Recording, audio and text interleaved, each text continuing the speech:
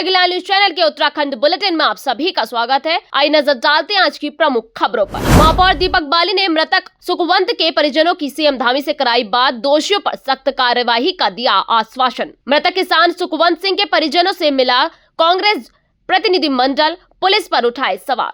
Bypass root तोड़ने पर roadways चालक परिचालक का हुआ ट्रांसफर। रामनगर मार्ग पर सड़क दुर्घटना में बाइक सवार एक युवक की हुई दर्दनाक मौत, 2 युवक गंभीर रूप से घायल। अल्मोड़ा के थाना दन्या ने चलाया जन जन की सरकार जन जन के द्वारा अभियान, मौके पर सभी समस्याओं का किया गया निस्तारण। कोसी नदी में मशीनों से खनन का लगा आरोप, बेरोजगार मजदूरों का हल्ला बोल, प्रशासन को सौंपा ज्ञापन, विपक्ष ने सरकार पर साधा निशाना। रामनगर में बिगड़ती यातायात व्यवस्था पर सभासदों ने एआरटीओ को सौंपा ज्ञापन। अवैध मिट्टी खनन कर रही ट्रैक्टर ट्रॉलियों को एसडीएम खटीमा ने किया सीज।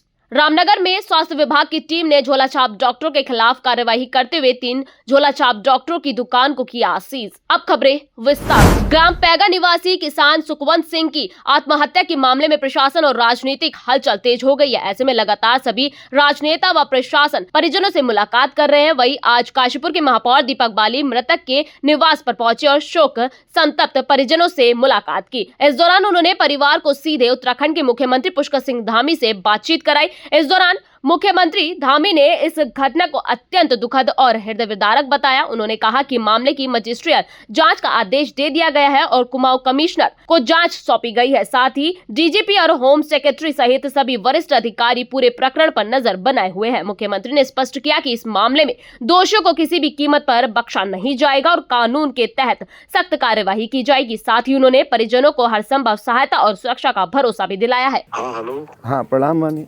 हाँ, नमस्कार जी। मैं कह रहा हूँ कि वहीं आए हुए हैं, सब अधिकारीगण भी हैं, हमारे पिताजी बैठे हैं साथ में, भाई बैठे हैं, तो आप बात करना चाह रहे थे तो एक बार बात करो। स्पीकर होने में बात करा रहा हूँ। भाई हैं ये, लो बात करो। मुख्यमंत्री जी है। नमस्कार सर। हाँ नमस्कार। बहुत क्या बताएं, मैं तो कल से सोच रहा था कि आपसे बात करूँगा, लेकिन मैंने कहा चलिए एक दिन बाद ही बात होगी। दीपक जी भी बाहर गए हुए थे तो ये फिर आज रात को आए हैं। हाँ जी, हाँ जी। तो आपको सब जैसे ही अब हमको जानकारी हुई है, आपको पता ही है सारी चीजें हमने। हाँ जी, हाँ जी। सबको निर्देश किया है। यहाँ मैं भी डीजीपी साहब, हमारे होम सेक्रेटरी, सभी लोग यहाँ से लग गए। हाँ जी, है ना?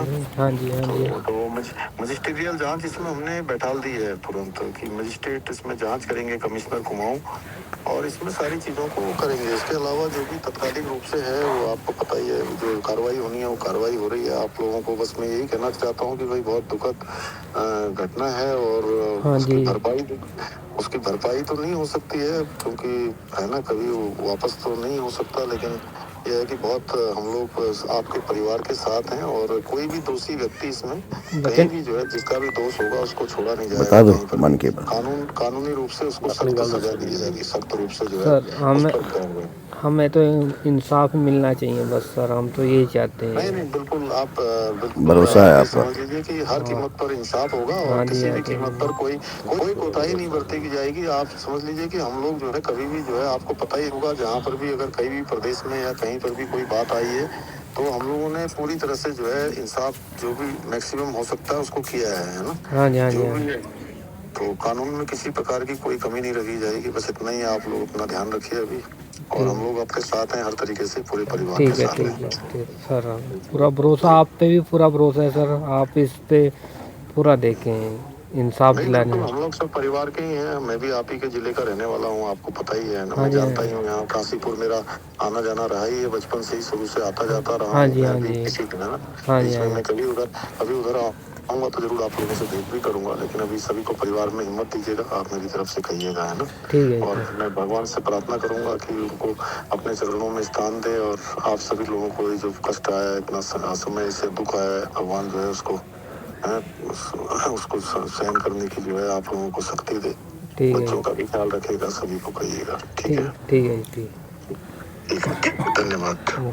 ठीक है माननीय मुख्यमंत्री जी, अब ये सभी लोग हमारे अधिकारीगण भी बैठे हैं, सभी कार्यवाही सब शुरू हो गई है और सीधा आपके जो निर्देश हैं वो भी बता दिए हैं कि सामने कोई भी होगा ये गैंग है नहीं, पूरा। बिल्कुल देखिए, ऐसा है कि इस मामले में अगर कहीं भी कोई भी दोषी है तो किसी को भी कहीं छोड़ा नहीं जाएगा। जी बिल्कुल सख्त निर्देश है। जी ठीक है जी ना? जी बिल्कुल। कहीं आप भी एकदम एकदम दूध का दूध होगा, पानी का पानी होगा, कानून अपना काम करेगा। जी ठीक है बिल्कुल ना? जी बिल्कुल जी बिल्कुल जी प्रणाम। ठीक है, ठीक है, हाँ। ग्राम पैगा में मृतक किसान सुखवंत सिंह के घर कांग्रेस का प्रतिनिधिमंडल नेता प्रतिपक्ष यशपाल आर्य के नेतृत्व में पहुंचा।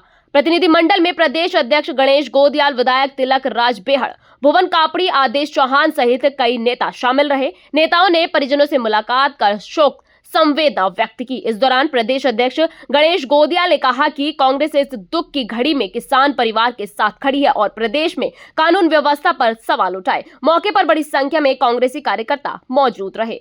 एसओ सुखवंत सिंह का मजाक उड़ा रहा है, को थाने से या चौकी से धक्के देकर बाहर निकाला, वो भी अपराध की श्रेणी में आता है। उनके खिलाफ भी मुकदमा कायम होना चाहिए। जिसको चाहते हैं गांव से उठा के पुलिस वाले टॉर्चर करते हैं। किसी अधिकारी से बात मत करवाओ, अन्याय हुआ है तो परिवार को न्याय दो। परिवहन विभाग ने रोडवेज बस चालकों और परिचालकों को बाईपास रूट न पकड़ने के सख्त निर्देश दिए हैं। इसके बावजूद देहरादून रूट पर कुछ चालक परिचालक नियम तोड़ते पाए गए। काशीपुर डिपो के सहायक महाप्रबंधक नवीन आर्य के अनुसार चालक सतवीर सिंह और परिचालक प्रिया बाईपास रूट से बस चला रहे थे। चेकिंग के दौरान पकड़े जाने पर परिचालक प्रिया को रामनगर डिपो और चालक सतवीर सिंह को हल्द्वानी डिपो में ट्रांसफर कर दिया गया है। परिवहन निगम ने साफ किया है कि नियम तोड़ने पर कड़ी कार्यवाही लगातार जारी रहेगी। रामनगर में सोमवार की शाम रामनगर हल्द्वानी मार्ग के ग्राम गेबुआ के समीप एक बाइक और कार की हुई जबरदस्त भिड़ंत में बाइक सवार एक युवक की मौके पर ही दर्दनाक मौत हो गई, जबकि बाइक पर सवार 2 अन्य युवक गंभीर रूप से घायल हो गए हैं। आपको बता दें, ग्राम कनौरी बाजपुर जिला उधम सिंह नगर निवासी राकेश, सचिन और सन्नी तीनों ही बाइक पर सवार होकर रामनगर से अपने घर की ओर जा रहे थे। बताया जा रहा है कि इसी बीच गेबुआ के समीप उनकी बाइक की भिड़ंत एक कार से हो गई। दुर्घटना में तीनों बाइक सवार युवक गंभीर रूप से घायल हो गए, जिन्हें मौके पर मौजूद ग्रामीणों द्वारा उपचार के लिए तुरंत रामनगर के सरकारी अस्पताल लाया गया, जहां डॉक्टरों द्वारा राकेश को मृत घोषित कर दिया तथा सचिन और सन्नी की हालत गंभीर होने के चलते प्राथमिक उपचार के लिए उन्हें हाई सेंटर रेफर कर दिया गया। घटना के बाद मृतक एवं घायल के परिजन भी अस्पताल पहुंचे, जहां मृतक के परिजनों में कोहराम मचा हुआ है, तो वहीं पुलिस भी मामले की जांच में जुट गई है। तो वहाँ कहाँ ले आनी है?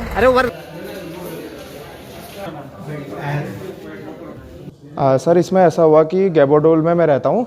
मैं चौराहे पे आया था कुछ सामान लेने के लिए, तो वहाँ पे मैंने देखा कि एक कार से क्या बोलते हैं कार आ रही थी आपका हल्द्वानी से रामनगर को, और ये भी शायद क्या बोलते हैं रामनगर से छोई से हल्द्वानी की तरफ को जा रहे थे। तो इनका क्या हुआ कि क्या बोलते हैं कार के साइड में एक्सीडेंट हो गया। तो जब कार ठुकी तो हमने ये देखा कि कार तो ठुकी हुई है, लेकिन ये लोग काफ़ी दूर जाके छटके थे। हमें पहले 5 मिनट तक तो पता नहीं चला कि कहाँ छटके हुए हैं करके। फिर जैसे ही क्या बोलते हैं हमने इधर उधर देखा तो हमें वहाँ पर पता चला कि 3 लोग का एक्सीडेंट हुआ है। ये 3 लोग आ रहे थे। सर, उसके बाद क्या हुआ, हमने एम्बुलेंस में फ़ोन किया तो एम्बुलेंस कहीं अवेलेबल नहीं थी। तो उसके बाद फिर हमने लोकल में हमारे भाई हैं क्या बोलते हैं उपाध्याय जी, तो इनका टेम्पो करा के 2 टेम्पो में हम इनको रामदत्त हॉस्पिटल रामनगर लेके आए। हाँ सर, जो इसमें जो वाहन चालक था उसकी डेथ हो गई है, और क्या बोलते हैं मतलब हॉस्पिटल के बाहर तक वो ठीक क्या था। हमने उसे बोल लेते तो हल्की फुल्की आवाज़ कर रहा था और पलकें थोड़ी झपका रहा था, लेकिन जैसे हमने उसको वहाँ से उतारा और क्या बोलते हैं अंदर ले गए तो उसको डेथ हो गई उसकी, एक की, और 2 की हालत नाजुक है, उनको रेफर कर रहे हैं हल्द्वानी। एक्सीडेंट की हिस्ट्री दी है इन्होंने।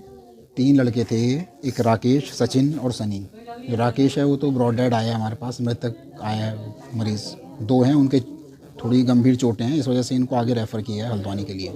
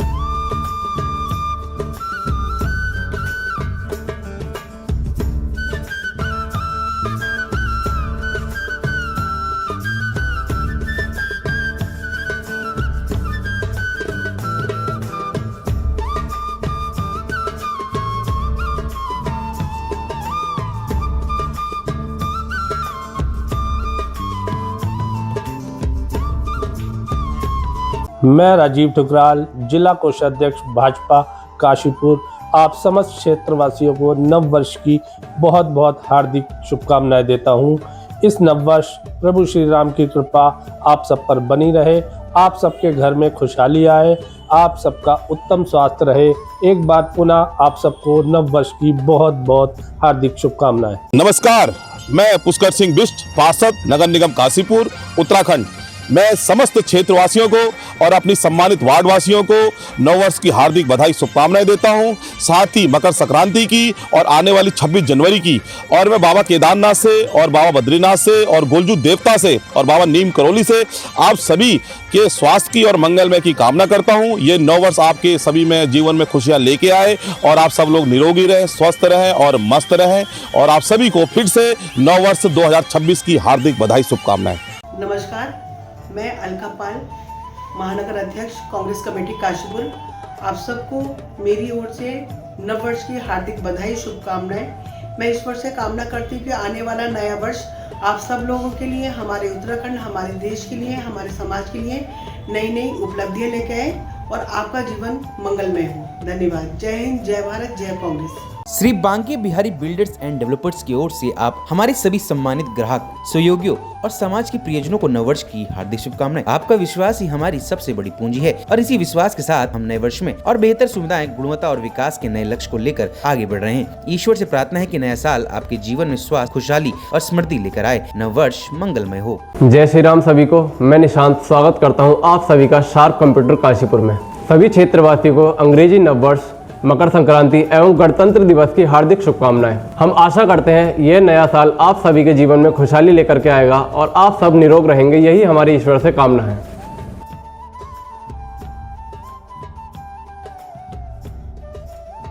अल्मोड़ा के थाना दन्या में 12 जनवरी 2026 को जन जन की सरकार जन जन के द्वारा अभियान का आयोजन किया गया। अभियान के दौरान ग्रामीणों और स्थानीय नागरिकों ने पुलिस से संबंधित अपनी समस्या और सुझाव साझा किए। आपको बता दें, अपर पुलिस अधीक्षक अल्मोड़ा हरवंश सिंह और सीओ अल्मोड़ा गोपाल दत्त जोशी के मार्गदर्शन में थानाध्यक्ष दन्या दिनेश नाथ महंतमय टीम ने मौके पर ही सभी समस्याओं का त्वरित निस्तारण किया। इस अवसर पर जनता को साइबर अपराध, नए कानून, नशा मुक्ति, महिलाओं व बच्चों की सुरक्षा, यातायात नियमों का पालन और पुलिस सहयोग के बारे में जागरूक किया गया। साथ ही विभिन्न हेल्पलाइन नंबरों की जानकारी भी साझा की गई। पुलिस ने आमजन से अपील की है कि किसी भी प्रकार की समस्या या अपराध की सूचना समय पर दे ताकि त्वरित कार्रवाई सुनिश्चित की जा सके। रामनगर में कोसी नदी में अवैध खनन को लेकर बड़ा विवाद सामने आया है। स्थानीय और बाहर से आए मजदूरों का आरोप है कि नदी में मशीनों से उपखनिज निकाले जा रहे हैं, जिससे उनका पारंपरिक रोजगार छीन गया है। मजदूरों ने बताया कि वे हर साल मैनुअल तरीके से नदी से उपखनिज भरते थे, लेकिन इस बार मशीनों के चलते वे बेरोजगार हो गए हैं। मजदूरों का कहना है कि उनके परिजनों की रोजी रोटी अब संकट में है। आरटीआई कार्यकर्ता देव बिष्ट ने उपजिलाधिकारी को ज्ञापन सौंपकर मशीनों से खनन रोकने की मांग की है। वहीं कांग्रेस के पूर्व विधायक रणजीत सिंह रावत ने सरकार को स्थानीय लोगों को रोजगार न देने और नियमों का उल्लंघन करने का आरोप लगाया है। रामनगर उपजिलाधिकारी प्रमोद कुमार ने कहा कि अवैध खनन पर कार्यवाही के लिए वन विकास निगम को सूचना दे दी गई है और दोषियों के खिलाफ कड़ी कार्रवाई की जाएगी। अधिकारियों का कहना है कि औचक छापेमारी कर नदी में मशीनों से अवैध खनन रोकने के लिए कार्रवाई की जाएगी। राजनीति फेल हुई, मजदूरों का हक मारना। जी सर, मैं राजपाल बोल रहा हूँ। जी हम लोग को बुला लेते हैं साहब, वहाँ से गांव से 15, 20, 50 लोग आए हुए हैं। ये लोग मालिक लोग बुला लेते हैं। पहले तो 10-12 दिन काम चलाते हैं, फिर उसके बाद में लेबर की हाल से चलाते रहते हैं। जब लेबर भतेरी पर काम चलता रहता है, फिर ये केकड़े चलाते हैं। इससे सारी लेबर मजदूर सब बेकार हैं, हम बेरोजगार हैं, भूखे मरने के आकार पे आ गए हैं साहब। क्या करें, हम लोग सब परेशान हैं साहब। क्या मांगे आपकी? मांगे है साहब, ये केकड़े बैकरे नहीं चलने चाहिए। ये सीज कर दो, पूरी ये सीज कर दो या नदी बंद कर दो या फिर इन्हें चलाओ फिर लेबर। और मेरा नाम देव बिष्ट है, मैं रामनगर छोई नाथुपुर का निवासी हूँ। मैं एक आरटीआई कार्यकर्ता भी हूँ। कोसी नदी में कम से कम 1 लाख से ज़्यादा मजदूर हर साल रोजी रोटी कमाने आता है खनन के कारोबार से। अब इस बार भी गाड़ी मालिकों ने बुला लिया इन्हें। बुलाने के बाद इन्होंने मजदूरों के जानकारी के अनुसार बताया जा रहा है कि उन्होंने केकड़े और बैकरे नदी में अवैध तरीके से चलाए जा रहे हैं। इसमें कई सरकारी कर्मचारी भी लिप्त हैं, क्योंकि बिना वक्त के तो कोई चला नहीं सकता। उसके बाद मजदूर बेचारे बेरोजगार हो गए, अपने बीवी बच्चे छोटे छोटे सबको लेकर आए। कहाँ अगर ये केकड़े चलते हैं तो उनके सारे रोजगार बंद हो जाते हैं। अब जब से ये लोग इतने परेशान हैं, लाखों की तादाद में 50,000 से ज़्यादा मजदूरों को वहाँ से रोजगार मिलता है। आज कहाँ है और क्या आज हम एचएम साहब के वहाँ है। एचएम साहब आज कहीं शिविर में गए हुए हैं इधर भगवा बंगर की तरफ, लेकिन हमने ज्ञापन दिया हुआ है उन्हें और ज्ञापन हम लिख के लाए हैं। इसमें 150 से ज़्यादा इसमें मजदूर और उनके ठेकेदार मांगे ये हैं कि बैक करे बंद होने चाहिए। देखिए, बैक कड़े तो जब से सरकार ने सारी नदियों का खनन एक कंपनी को दिया है, शायद हैदराबाद की है, कहाँ की है, और तब से ही चल रहे हैं और लगातार चल रहे हैं। और इस बार भी जो है सरकार ने जो वादे किए थे कि लोगों को काम मिलेगा, लेबर नदी तक पहुंच गई, लेकिन उन सबको वापस जाना पड़ रहा है। और जिस तरह से वीडियो आया है वो आपने देखा है। मैं तो 1.5 साल पहले इस मुद्दे को उठा चुका था कि नदी में जो है तब तो पोकलैंड और जेसीबी चल रही थी, बैककड़े भी चल रहे थे। तो ये सरकार उत्तराखंड के सीने को बिल्कुल चीर फाड़ करके जो है लहूलुहान कर देना चाहती है। जो मानक हैं, जो नियम हैं, जो कानून बने हैं कि नदी में आपदा के अलावा कभी भी कोई यंत्रों से खुदाई नहीं होगी, उनको मतलब इग्नोर करके नदी में ये लोग जो हैं खनन कर रहे हैं। जबकि किसी भी नदी के अंदर कोई भी खनन जो है, खनन और चुगान का कार्य, वो जो है मैनुअली होता है और 3 मीटर तक की गहराई तक आप उसको कर सकते हैं। लेकिन यहाँ तो 90 मीटर के गड्ढे आज भी खड़े हैं जो 2 साल पहले खोद दिए थे और किलोमीटरों में खोद रखे हैं, नाप ज़मीनों में खोद रखे हैं। जब मुख्यमंत्री कह देगा मुझे 5 रुपया कुंटल दे दो और खोद लो, तो क्या होगा? यही तो होगा। देखिए, अभी ज्ञापन अभी मेरे पास पहुँचा नहीं, हम लोग कैंप पे ही थे, लेकिन मेरे पास आज मॉर्निंग में किसी ने बताया था कि यहाँ पर एक वीडियो मुझे वायरल हुआ है जिसमें बैक कैमरे वहाँ पर चल रहे हैं करके, और कुछ वाहन जो ट्रैक्टर टाइप के वाहन जो कि उसमें कुछ मॉडिफाइड करके वहाँ से कुछ काम किए जा रहे हैं। तो मैंने अभी इसके बारे में जो डीएलएम हैं उनको बता दिया है और आरएम साहब को बता भी दिया है, कार्रवाई करने के लिए कहा भी है। इसमें अच्छा छापामारी करने की भी करेंगे। अभी मैं सुबह मॉर्निंग में गया भी था, अभी कालू सिद्धि मंदिर साइड से था, उस साइड में अभी कोई मुझे वाहन मिला नहीं इस टाइप से। जो भी अवैध रूप से करेंगे उस पर निश्चित तौर से कार्रवाई की जाएगी। रामनगर शहर की बिगड़ती यातायात व्यवस्था को लेकर मंगलवार को नगर पालिका के 1 दर्जन से अधिक सभासदों ने आरटीओ ऋषु तिवारी को ज्ञापन सौंपा। आपको बता दें, सभासदों ने जाम और वाहनों के अव्यवस्थित प्रवेश के कारण आम जनता और स्कूल जाने वाले बच्चों को हो रही परेशानियों को उजागर किया। ज्ञापन में बड़े वाहनों के प्रवेश के समय निर्धारण, ओवरलोड वाहनों के खिलाफ कार्यवाही और सरकारी अस्पताल जाने वाली सड़क पर बने प्राइवेट बस अड्डे को हटाने की मांग की गई है। आरटीओ ऋषु तिवारी ने बताया कि सभासदों द्वारा उठाई गई समस्याओं का प्राथमिकता से समाधान किया जाएगा और जाम कम करने के लिए ठोस कदम उठाए जाएंगे।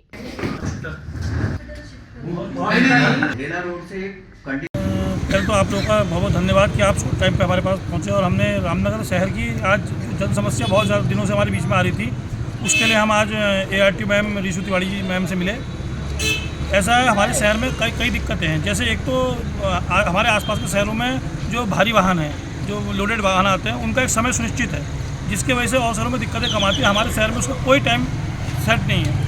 अपने मन से दिन दहाड़े वो गाड़ियाँ आती हैं और जगह जगह पार्किंग होती है, जगह जगह माल उतारती है। तो हमारा ARTO मैडम से अनुरोध था कि इसकी एक समय सीधा तय की जाए, जैसे रात को 8 बजे के बाद ये गाड़ी शहर के अंदर एंट्री करें, सुबह 6 बजे तक करें, जिससे जो बच्चे स्कूल जाते हैं उन्हें भी दिक्कतें ना आए। जो शहर में जाम की समस्या है, क्योंकि पर्यटन नगरी है रामनगर है, तो यहाँ जो समस्याएं और मुख्य तौर पे जो वीकेंड होता है तो उस समय रामनगर शहर की स्थिति बहुत गंभीर हो जाती है जाम को लेकर। तो हमने मैम से कहा है कि जो भारी वाहन है, जो लोडेड वाहन है, वो शहर में का एक टाइम सेट हो, उसी टाइम के हिसाब से वो शहर के अंदर एंट्री करें। दूसरी बात हमारी मैडम से कहना ये था कि बहुत सी शहर की गलियों में, मोहल्लों में जो पुरानी गाड़ियाँ हैं, वो गाड़ियों का कौन मालिक है, कौन वाहन स्वामी है, वो वाहन कब से खड़ा है, इसका कोई देख रेख नहीं की जा रही है। और उसके वजह से जो सुबह हमारे कूड़ा गाड़ी जाती है डोर टू डोर, उसमें कभी कोई मरीज होता है, एम्बुलेंस निकलने में कोई घर में किसी को दिक्कत आ जाए तो उससे हमें बड़ी दिक्कतों का सामना करना पड़ता है हमारे लोग, शहर के लोगों को। तो हमारी मैम से अनुरोध था कि जो ये जगह जगह गाड़ियाँ खड़ी हैं, जिनका कोई मालिक का पता नहीं है और वर्षों से एक ही जगह पे खड़े होकर सड़ रही हैं,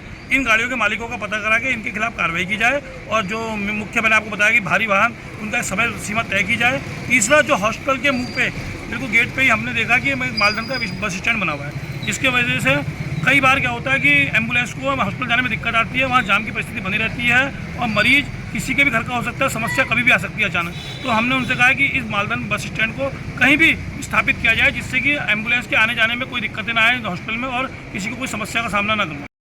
पालिका के जो सभासद आए थे उन्होंने अपनी समस्याएं यहाँ पे बताई और ज्ञापन दिया है कि शहर में जो बढ़ते जाम है उस वजह से जो है आम जनमानस को बहुत समस्या हो रही है। स्कूल जाने वाले बच्चों को समस्या हो रही है और छोटी छोटी जो बेसिक हर दिन की जो क्रियाएं हैं उनमें जो बाधा उत्पन्न हो रही है उस वजह से सबको परेशानी हो रही है। और जो रोड्स में कोने में गाड़ियां खड़ी रहती है जो कि और लोगों को इनकन्वीनियंस ड्रॉ करते हैं, तो उसलिए वो लोग ज्ञापन लेके आए थे। तो इसमें हम लोगों ने आश्वासन दिया है कि ये जो भार वाहन की जो समस्या है कि जिस वजह से रोड में जाम लगता है, तो उसके लिए हम पुलिस विभाग से और एसडीएम सर से मिलके एक जॉइंट हम लोग एक मीटिंग करेंगे जिसमें हम देखेंगे कि इस समस्या का कैसे समाधान हो सके। जैसे कि आप देखिए कि चालान जो है वो हम बढ़ाते रह रहे हैं लगातार, चाहे वो ई रिक्शा से रिलेटेड प्रॉब्लम्स हो या अगर कोने में कोई भी गाड़ियाँ खड़ी हैं तो उससे हम चालान बढ़ा रहे हैं और इसका हम जल्द से जल्द कोई ना कोई समाधान निकालेंगे। अरे भाई जरा रुकिए, कहाँ जा रहे हैं? आपके पास आईडी कार्ड है क्या? ठीक है, आप जा सकते हैं।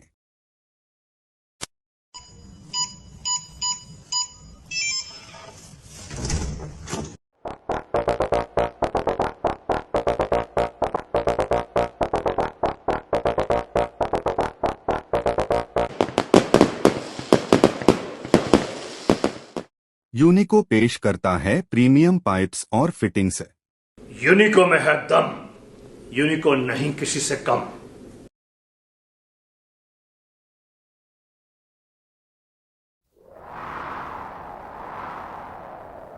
गर्मी की मार हो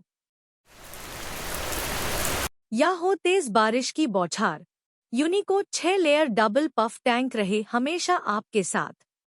नहीं किसी से कम यूनिको में है दम। चाहे तो एक साथ होनी चाहिए, सब लोग एक साथ बैठना ही नहीं चाहते। पापा ट्राई दिस। लो सब लपक लीजिए।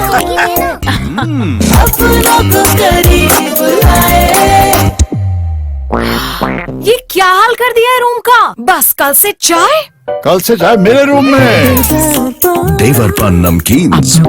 खटीमा विधानसभा के दूरस्थ क्षेत्र की दिया गांव सभा में मिट्टी खनन माफियों के खिलाफ कार्यवाही की गई है। जानकारी मिलने पर उपजिलाधिकारी तुषार सैनी अपनी टीम के साथ मौके पर पहुंचे और मिट्टी से भरी 2 ट्रैक्टर ट्रॉलियों को सीज कर तहसील कैंपस ले जाया गया। उपजिलाधिकारी ने बताया कि मिट्टी की अनुमति केवल रेत में होती है, डूब क्षेत्र में खनन अवैध है। खटीमा विधानसभा क्षेत्र में मिट्टी खनन माफियों के हौसले लगातार बढ़ते जा रहे हैं, जिस पर कड़ी निगरानी और कार्रवाई की जा रही है।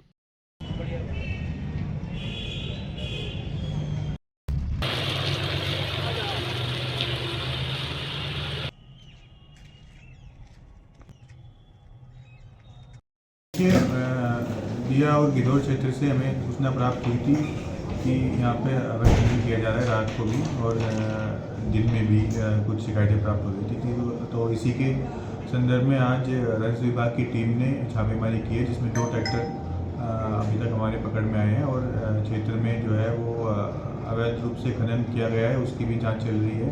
उसकी नपाई करके जो है वो उस पर जुर्माना निर्धारित किया जाएगा। परमिशन खेत में दी जाती है, जो खेत की मिट्टी है, ये जो खनन पाया गया है वो डूब क्षेत्र में, नदी के क्षेत्र में है, तो ये भट्टी की जो भी परमिशन है वो वहाँ पे अप्लाई नहीं होती है, तो इसलिए इसको अवैध ही माना जाएगा। रामनगर में स्वास्थ्य और औषधि विभाग की टीम ने मंगलवार को झोलाछाप डॉक्टरों के खिलाफ बड़ी कार्रवाई की है। टीम ने मोहल्ला गुलरघट्टी, भवानीगंज और अन्य क्षेत्रों में 3 अवैध क्लिनिक सील किए हैं। कार्रवाई के दौरान डॉक्टरों ने कोई वैध डिग्री पेश नहीं की। वहीं deputy CMO doctor Shweta Bhandari ने बताया कि यह कार्रवाई शिकायत के आधार पर की गई है और भविष्य में भी झोलाछाप डॉक्टरों के खिलाफ सख्त कदम उठाए जाएंगे।